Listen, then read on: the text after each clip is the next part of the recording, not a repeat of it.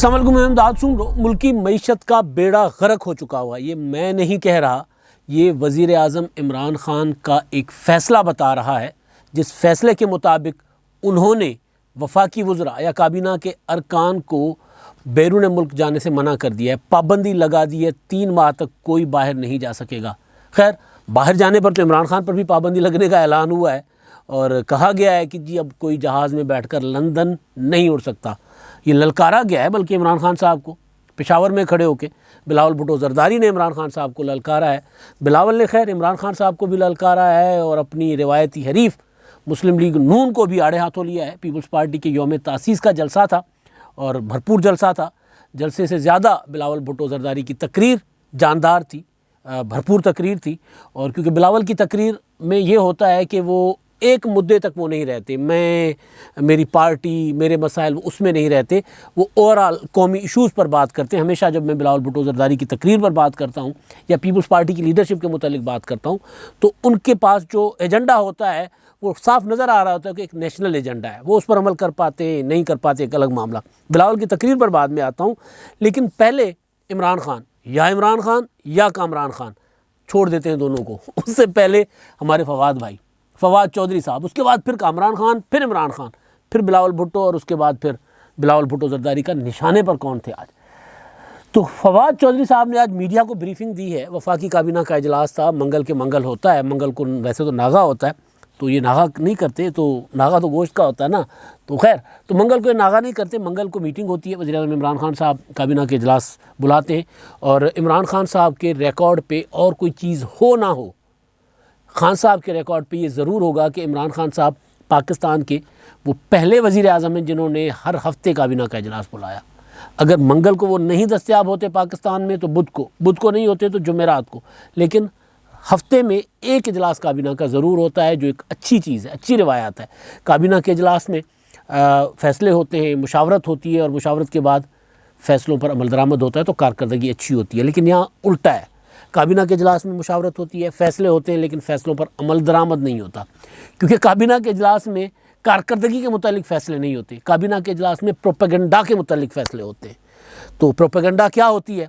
Propaganda ये है कि हमारे फवाद चौधरी साहब ने जो काबीना के इजलास के बाद ब्रीफिंग दी है ना, उसमें उन्होंने कहा है कि जी वो वफाकी हुकूमत ने सिंध में महंगाई पर तशवीश का इज़हार किया है। बिल्कुल जी, मुझे बहुत ज़्यादा तशवीश है। मैं तो अकेला यहाँ पे रहता हूँ, अकेला से मुराद कि मेरा जो फैमिली का यूनिट है और वालिदैन के साथ, बाकी तो मेरा पूरा का पूरा टब्बर सिंध में है। मेरे चाचे, मामे, बहनें, भाई सारे उधर हैं, तो वहाँ महंगाई ज़्यादा होगी तो ज़ाहिर है मैं मुतासिर होऊंगा उससे। लेकिन जो लाहौर में मैं मुतासिर हो रहा हूँ उसका क्या करें?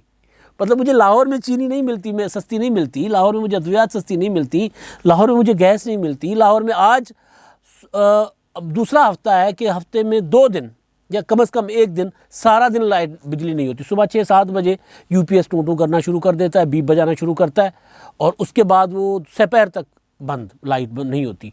स्विच गैस तो आती नहीं है, मतलब सिलेंडर इस्तेमाल करते हैं। और आटा 85 रुपये का लाहौर में, चीज़ें आलू 80 रुपये, 100 रुपये, कोई चीज़ नहीं है जो बंदा हाथ लगाकर खाने के लिए सोच सके, तो कोई चीज़ भी ऐसी नहीं है। तो ये है प्रोपेगेंडा टूल। काबीना का इजलास बेशक आप हर हफ्ते करें, लेकिन अगर आप ये नहीं समझ पाएंगे या मसले की जड़ पर नहीं जा पाएंगे कि जी मसला है क्या, तो फिर ज़ाहिर है सिंध हुकूमत पर डालते रहें। मतलब पंजाब 60% है पाकिस्तान का, अगर पंजाब में अशिया सस्ती हो तो उसका असर डायरेक्टली पड़ जाएगा, पूरे मुल्क पर पड़ता है, तो फिर वो ज़ाहिर मार्केट को फोर्स करेगा पंजाब। लेकिन मसला ये है क्योंकि प्रोपेगेंडा करनी है, वो नहीं दिखानी कारकर्दगी। अगर पेट्रोल महंगा है, हुकूमत पेट्रोल अभी 30 रुपये और महंगा करने जा रही है, बिजली महंगा करने जा रही है, तो कराची में बैठा हुआ ताजिर जो है, इंडस्ट्रियलिस्ट जो है, सनतकार, वो बिजली सस्ती कहाँ से लाएगा? वो सस्ती जो रसद कैसे करेगा? गाड़ियों का ट्रांसपोर्टेशन सस्ती कैसे करेगा? ज़ाहिर है वो तो कास्ट ऑफ प्रोडक्शन बढ़ेगी तो वो चीज़ महंगी बेचेगा। हाँ ठीक है, पंजाब में कुछ कम महंगी होगी, वहाँ कुछ ज़्यादा महंगी है ये।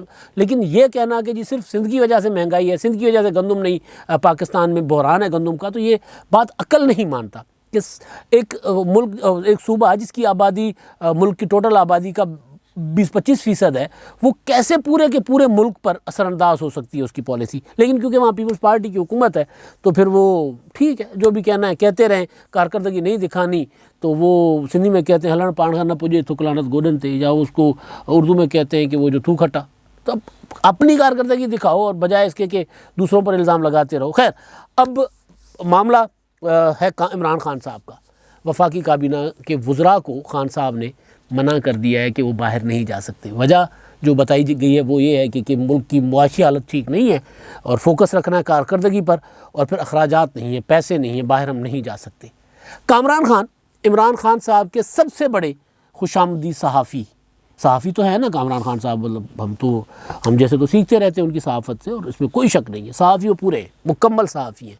हाँ, ये ज़रूर है कि वो एजेंडा पर चलते हैं। जब एक एजेंडा था, जिस तरह वो कामरान शाहिद ने कहा था ना, कामरान खान शाहिद कि जी हमने तो नवाज शरीफ के ख़िलाफ़ पूरे के एजेंडे के साथ प्रोपेगेंडा शुरू किया था, इमरान खान साहब को बनाया था। फिर और बहुत से हसन निसार, बहुत से लोग, तो इसी तरह कामरान खान साहब का भी एजेंडा है। कामरान खान साहब की नई वीडियो मार्केट में आ चुकी हुई है। हर दूसरे तीसरे दिन वो मायूसी का इज़हार करते हैं और उनकी मायूसी बहुत ज़्यादा बढ़ गई हुई है, क्योंकि वो ख़ुद भी ज़ाहिर है उनके भी अपने इन्वेस्टमेंट्स होती होंगी ना, तो इस वजह से वो बराह रास्त मुतासिर होते हैं। हम तो वो लोग हैं जो भटाई साहब का था वो आड़ी नहीं चाड़ी दिहाड़ी सुमरा, रोज़ाना कमा के खाते हैं रोज़ाना, तो हम तो वो हैं दिहाड़ीदार। लेकिन जो इन्वेस्टर्स होते हैं, जिनके पैसे अरबों रुपए इन्वेस्ट हुए होते हैं, वो फिर जब हुकूमत की पॉलिसियाँ, मुआशी पॉलिसी ना, हुकूमत डामाडोल हो रही हो ना, तो फिर वो ज़्यादा मुतासिर हो रहे होते हैं, मीशत डामाडोल हो रही हो। तो कामरान खान साहब ने हाथ जोड़ लिए इमरान खान साहब के सामने। उन्होंने कहा कि जी बेड़ा गर्क कर दिया आपने। अब उनके अल्फाज में, क्योंकि उनकी वीडियो है 1-1.25 मिनट की, जिसमें उन्होंने खारजा पॉलिसी को लेकर मईशत तक खान साहब की पॉलिसी का किया है पोस्टमार्टम। एक तो उन्होंने वो बात की है जो ये फ़कीर बड़े अरसे से कहते आ रहे थे कि जिस हुकूमत की खारजा पॉलिसी मुल्तान से शुरू होकर उमरकोट में ख़त्म होती है।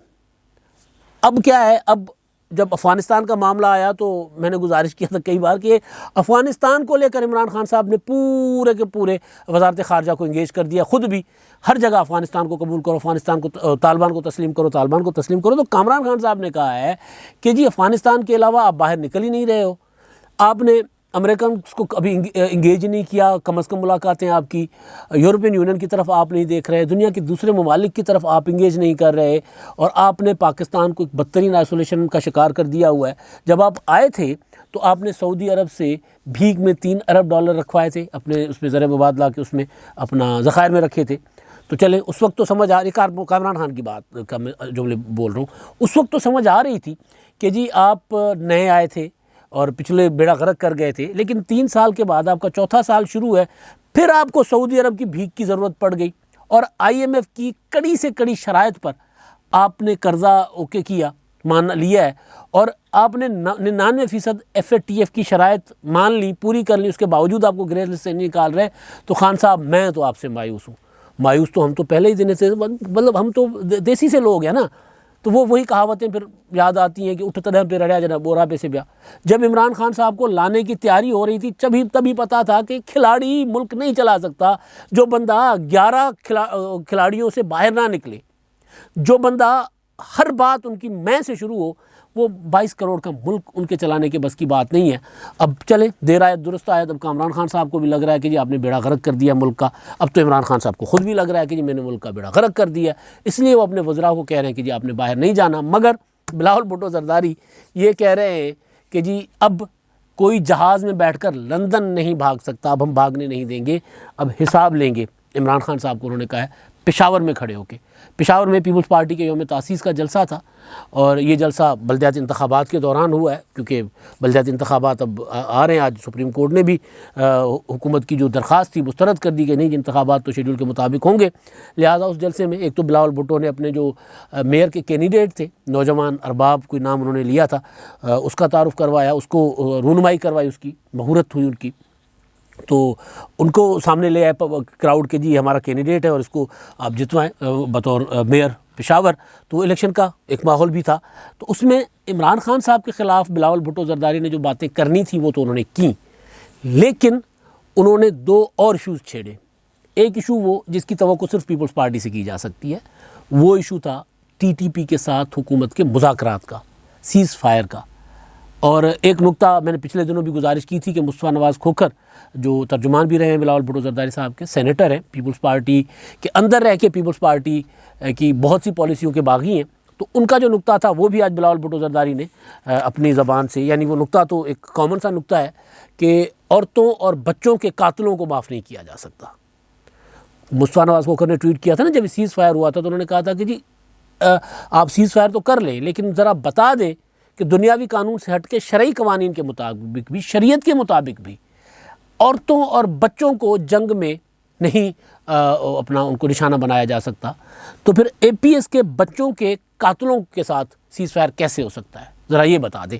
बिलावल भुट्टो ज़रदारी ने मुतालबा किया है कि वो जो बच्चों और औरतों के कातिल हैं, क्योंकि आप देखिए ना हमारे यहाँ क्या हुआ था, ये मून मार्केट लाहौर में पूरी की पूरी जला दी गई थी, बच्चे जले थे उसमें।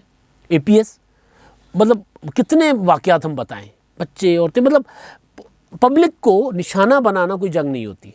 तो खैर वो तो बिलावल भुट्टो ज़रदारी ने एक तो कहा है कि TTP के साथ रात के अंधेरे में जो सीज़ फायर किया गया है उसकी शराइत सामने ले आएँ और हम इसको नहीं तस्लीम करते। और दूसरा उन्होंने कहा है कि जो औरतों और बच्चों के कातिल हैं उनको अदालतों के कटड़े मिलाएं, उनके साथ किसी किस्म के मुज़ाकरात नहीं होंगे। और उन्होंने अपना, क्योंकि रिकॉर्ड है पीपल्स पार्टी का, इसमें कोई शक नहीं है कि जब 2008 में पाकिस्तान में कोई जगह महफूज नहीं थी दहशतगर्दी से, तो पीपल्स पार्टी ने दिलेराना फ़ैसला किया था हुकूमत में आकर ऑपरेशन करने का। बल्कि बाद में तो वो जो ISPR के थे अज़हर अब्बास साहब, मेरा ख्याल है अतर अब्बास साहब, तो उन्होंने एक इंकशाफ किया था कि पीपल्स पार्टी जो ऑपरेशंस करना चाहती थी, कियानी साहब ने उनसे इनकार किया था। मेरा ख्याल है जुनूबी वज़ीरिस्तान का उन्होंने जिक्र किया था, शुमाली वज़ीरिस्तान का, एक में हुआ था, दूसरे में उन्होंने इनकार कर दिया था। तो पीपल्स पार्टी ने मलाकंड ऑपरेशन शुरू किया था, फिर उसका तसलसल आगे चलता रहा और मियाँ नवाज शरीफ साहब के दौर में फिर मज़ीद ऑपरेशन हुए, तो पाकिस्तान को दहशतगर्दी से निजात मिली। और कमर तोड़ने का लफ्ज़ बिलावल भुट्टो ने इस्तेमाल किया कि हमने दहशतगर्दों की कमर तोड़ दी थी, तो वाकई कमर टूटी थी। तो एक तो ये था कि जी आज पाकिस्तान में जिस तरह हुकूमत TLP के साथ मुज़ाकरात करके, मुआहदा करके, एक चले उन्होंने तो आइन को मानने का ऐलान किया ना, हम आइन के तहत रहेंगे। जो रजिस्टर करवा रहे पॉलिटिकल पार्टी, तो वो अगर तशद्दुद में भी आती है और तशद्दुद से पीछे हट जाती है, तो फिर ये तो समझ में आता है कि उनके साथ बैठा जा सकता है, उनको उनके साथ मुआहदा हो सकता है, बातचीत हो सकती है। लेकिन जो आइन को ना माने तो फिर उनके साथ सीज़ फायर, उनके साथ मुज़ाकरात, उनके साथ मुआहदे, ये समझ में नहीं आता, क्योंकि TTP तो पाकिस्तान के आइन को नहीं मानती और वो एलानिया नहीं मानते। तो वो एक तो बिलावल भुट्टो ज़रदारी साहब का मामला, और उन्होंने वाज़े अल्फाज में खुलकर बात की, और पेशावर में खड़े होकर बात करना ज़ाहिर है ये उसका बड़ा सिग्निफिकेंट था। दूसरा अपने इत्तेहादियों को, अभी दिसंबर है ना, आज दिसंबर शुरू होगा कल, आज आखिरी दिन है नवंबर का, और दिसंबर में, अच्छा इसी दिन, आज के ही दिन मुल्तान में जो PDM का हुआ था जलसा, जो रोक दिया गया था, जिसमें फिर वो मरियम नवाज़ साहबा गई थी और वो क्राउड था, और उस पर गाड़ी की छत पे खड़े होकर उन्होंने वहाँ ख़िताब भी किया था, वेव किया था और फिर ख़िताब किया था। वहाँ पर आसफ़ा आई थी, बिलावल भुट्टो नहीं आ सके थे, उनको कोविड हो गया था, तो तब साथ थे। तो सिर्फ एक साल के बाद आज बिलावल भुट्टो ज़रदारी, इमरान खान साहब पर तो, हुकूमत पर तो तनकीद होती है ना, लेकिन आज बिलावल भुट्टो ज़रदारी ने अपने तीरों का, पीपल्स पार्टी है ना, वो तीर चलाते हैं, वो अपने तीरों का रुख जो है वो इधर भी किया, ये जाती उमराह की तरफ, और उन्होंने इमरान खान साहब को मुखातिब करके कहा कि तुमसे पहले जो यहाँ एक शख्स तख्त नशीन था उसको भी अपने खुदा होने का इतना ही यकीन था। नवाज शरीफ साहब की तरफ इशारा किया था। उन्होंने कहा था कि वो जो भुट्टो की बेटी को चोर कहते थे ना, कि भुट्टो की बेटी चोर है, वो खुद सर्टिफाइड चोर हुए। ज़ाहिर अब नवाज शरीफ साहब के ख़िलाफ़ जो फ़ैसले आए अदालतों से, वो लीगल फ़ैसले नहीं है, वो सियासी फ़ैसले चीज़ें, वो टेपों का जिक्र बिलावल ने भी किया है, ख़ुद भी किया है, लेकिन सियासी मुखालफत की मैं बात कर रहा हूँ कि क्योंकि पीपल्स पार्टी और मुस्लिम लीग नून माजी में हमेशा हरीफ रहे हैं, अब कभी इत्तेहादी भी होते हैं, लेकिन इलेक्शन के दिनों में आकर वो शदीद हरीफ हो जाते हैं। तो जो मैंने गुजारिश उस वक्त भी की थी कि पीपल्स पार्टी और मुस्लिम लीग नून आमने सामने होंगे, तो आज बिलावल भुट्टो ज़रदारी साहब ने ना सिर्फ वो ये वाली जो जदीद टेपें हैं ना आजकल जो आ रही हैं इनकी साकिब निसार साहब की, उनका हवाला दिया है, और उनका हवाला दे के कहा है कि जी ये काम पहले वाले भी करते थे। नवाज शरीफ साहब का नाम लिए बगैर उन्होंने कहा था कि जी फ़ोन कर के जजों को कहते थे कि जी आप बेनज़ीर भुट्टो को 20-20 साल की सज़ा दें और उनकी जो ख़ानदानी जायदाद है वो भी ज़ब्त करें, और ये सारी चीज़ें रिकॉर्ड पर हैं। तो उन्होंने इमरान खान को कहा कि जी अगर वो नहीं बच सके थे ना अपने मकाफ़ात अमल से, तो फिर आप भी नहीं बच सकोगे। और ये कि मत भूलो कि आप भाग जाओगे लंदन, आप नहीं भाग सकोगे, आपको कोई जहाज़ उठाकर लंदन नहीं लेके जाएगा, हम लेके नहीं जाने देंगे। अब क्योंकि इलेक्शन का माहौल है और इंतखाबात के माहौल को ज़ाहिर है सियासी मुखालफतें और आगे बढ़ेंगी, तो मुस्लिम लीग नून इसका जवाब तो देगी, और जवाब देगी तगड़ा। आज नहीं देगी तो कल देगी, कल नहीं देगी तो परसों देगी। जवाब मुस्लिम लीग नून ने देना है, क्योंकि अब जो आम इंतखाबात की तरफ जब मामला जाएगा बढ़ता हुआ, तो आप देखेंगे कि असल मुकाबला होगा पीपल्स पार्टी और मुस्लिम लीग नून में, या मुस्लिम लीग नून बड़ी जमात है, मैं पहले नाम उसका ले लेता हूँ। मुस्लिम लीग नून में और पीपल्स पार्टी में मुकाबला होगा। पीपल्स पार्टी अभी मैदान में है, मुस्लिम लीग नून अभी मैदान में नहीं है, जिसका ताना बिलावल भुट्टो ने दिया उनको कि जी आप तो जलसा करने आए थे सारे इत्तेहादी बैठकर पेशावर में, तो वहाँ पर आप जलसा नहीं कर सके और अब तहकीकात करते फिर रहे हैं कि जी जलसा क्यों नहीं हो सका। तो वो खैर मुस्लिम लीग नून मैदान में नहीं है, अदालत में है। अदालत में क्यों है वो मैं आपको पहले भी बता चुका हूँ और कल सुबह वाले व्लॉग में मैं बताऊँगा। और आखिर में ये कि बिलावल भुट्टो ने अपने जो जलसे में अपनी तहरीक जो है हुकूमत के ख़िलाफ़ या महंगाई के ख़िलाफ़, उसके अगले मरहले का भी उन्होंने ऐलान किया है। 10 दिसंबर को मुल्क गिर मुजाहरे होंगे, पहिया जाम होगी, यानी सड़कें बंद की जाएंगी, पहिया जाम नहीं लेकिन सड़कें बंद की जाएंगी।